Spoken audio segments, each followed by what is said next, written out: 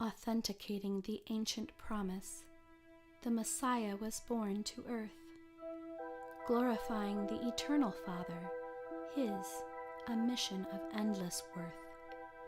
Accepting the deceit of the serpent, a sin-sick people since Eden, in this darkness Christ's light became a radiant, glorious beacon. Our transgressions demand condemnation and payment, yet this perfect Lamb made an atoning sacrificial agreement. Judgment for him instead of for me, from sin's curse to be set free. His blood poured out, rejected was he, nailed to Calvary's tree. The accuser delighted as the long-awaited battle ensued, while yelling malice and mockery he ardently pursued.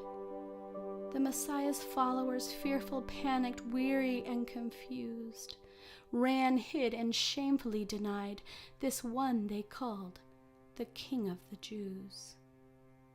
He was betrayed, abandoned, this man of sorrows, this suffering servant. But what of the foretold crushing of the murderous serpent? In the appearance of agony's climax and misery's triumph, "It is finished," Jesus proclaimed in holy defiance. Sin's power defeated, God's wrath satisfied, God's people forgiven, redeemed, reconciled, justified, because in obedience Christ died. But just as Jonah came forth from 3 days from within the deep, with divine authority this Messiah the darkness would not, could not keep. The stingless dragon disarmed, exposed were his heinous lies. Even the tomb could not paralyze. Shattered was the bondage of death and demise. The angels' unending worship and praise surrounded this mystery. From the thunderous voice of God, the creator of all history, "Arise, my son, with laurel crown, for ours is the victory." The Spirit breathed resurrection life, releasing from captivity. The Rock of Ages was not held by any guard or stone. The women found the empty grave of him who had atoned.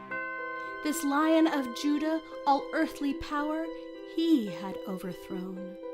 All praise, glory, and adoration to Christ, and Christ alone.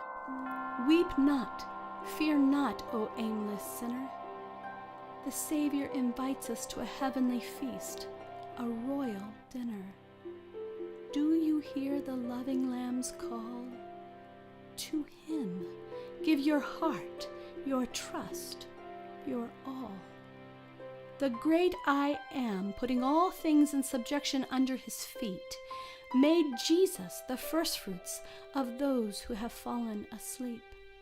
At the sounding of the trumpet, his second coming will be declared, to gather his children, his jewels, and take them to mansions prepared. Hallelujah, hallelujah, for those to him belong, for they shall meet him in the air and join the everlasting song.